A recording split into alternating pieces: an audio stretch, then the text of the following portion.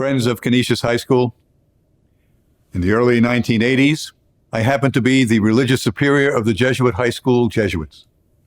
And at that time, Father Ciancimino, then a Jesuit novice, was assigned here for a short time to help Father Ron Sams in fundraising and to teach some Spanish classes.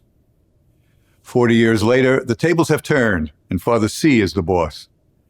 He's asked me to speak to you, and you don't refuse Father C, do you? It is a distinct honor for me to address you as Canisius High School inaugurates the Jesuit Founders Scholarship in support of qualified yet needy Canisius students yet to come. If you were to ask my former students how old I am, they would repeat what I told them year after year. I'm 23, and I have been 23 several times by now. And I actually was 23 when I began teaching here as a Jesuit scholastic in 1969. Wow, that's over 50 years ago. I had completed my studies at Fordham and received my first formal apostolic assignment. What would it be like? Most of my class were assigned to teach in New York City Jesuit high schools. I was assigned to travel northwest, cross the Arctic Circle to teach here in Buffalo. Now, lying is against my religion, so please believe me when I say that early on, and even more so today, I love Buffalo and I love Canisius High School.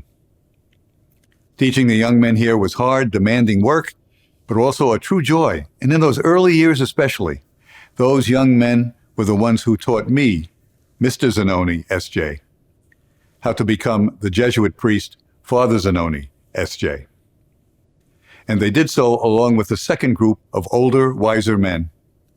Not only the outstanding lay colleagues who worked here at the time, men like Dr. Thomas McPherson, Nick Kessler, Ken Durkin, and Connie McGillicuddy, to name a few, but also, and very much so, the men in my Jesuit community. I won't name them all, but you may recall some of them. Ron Sams, John Sturm, Bill McCurdy, Ed Nagel, Tom Fleming, Frank Redmond, Ed May, Tom McMahon, Pat Sullivan, Bob Cregan, Paul Nauman, Jim Greer, Lou Morrow, Bob Burns, Jerry Amon, Jerry McIntyre, Jim French, Ed Frank, and in more recent years, men like Jim Keenan, Gene Zimfer, Jim Van Dyke, Lenny Kaminsky, Lou Garaventa, Joe Lux, Jim Higgins, Joe Bellotti, Jim Fox, Jack Mattamore, Fred Betty, Mickey Corcoran, and of course, Father C. I hope that a name sparks a happy memory for you. Please bear with me as I share just a few fond memories of my own. Father Tom Fleming taught third-year math. I sat in on one of his classes during which he was working out a rather complicated problem on the board. And when he finished, he stepped back, looked over, turned to the class and said, "Hey, Father, you did a pretty good job on that one." Father Lenny Kaminsky often taught freshmen religion, and he would give this quiz: list the 12 commandments. And of course, the students would do it. Father K was fascinated to discover what God's 2 extra commandments might be in any given year. Brother Ed Frank did not teach classes in the school, but he ubiquitously supported all of our efforts. He would attend 2 masses every day: the evening mass in the residence with his Jesuit community, but also in the early morning, he'd come to the school mass in the chapel here. The morning mass is for the boys, he would say. Lastly, Father Jim Greer. Every year, even though he was no spring chicken, he walked the walkathon at his own pace to raise money for the school. One year, he left the campus at the starting gun, but finally completed the route at 4:30 in the afternoon with the typical Father Greer comment: "Friend, there's not a living thing behind me." What a grace it has been for me personally to be a valued brother to this community of good men. Surely each with his own unique idiosyncrasies and foibles, but beyond doubt, men united and men on a mission whose efforts were characterized by professional competence, unflagging dedication, generous hearts, and good humor, all in accord with our Jesuit way of proceeding. For most of the school's history, the Jesuit community worked without pay. Most of the substantial monies which the Jesuits would have earned in salaries were happily returned to the school as contributed services, an arrangement which in those days helped significantly to keep costs low. And true to their vow of poverty, these men were content to live very simply. There was a time in living memory when Jesuits who worked here lived in rooms in the former Milburn House, which stood between Delaware Avenue and the school wing. And some of those rooms were merely closed-in porches without running water. No great concern to the men.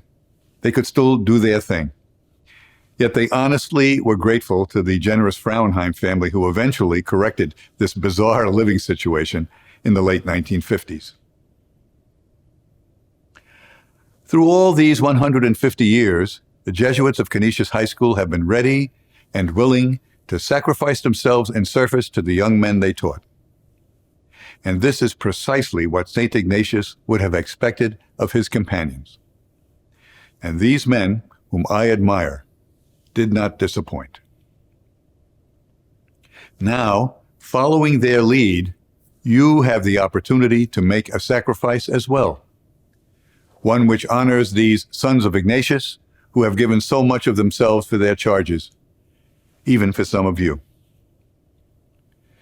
My brother Jesuits of Western New York, who work at Canisius College, the Nativity Miguel Middle School, and St. Michael's, have been faithful and dedicated supporters of our high school apostolate.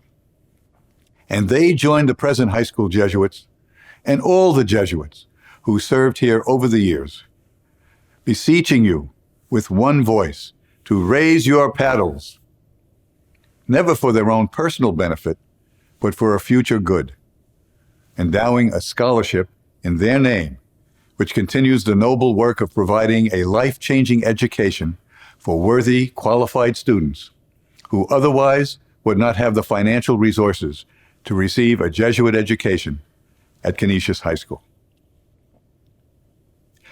Let us not disappoint. Raise your paddles. Honor these men. Make a worthy sacrifice. Support the future. Let the Jesuits know that after all their selfless efforts at teaching here, you have learned your lessons well. Raise your paddles. St. Peter Canisius, pray for us.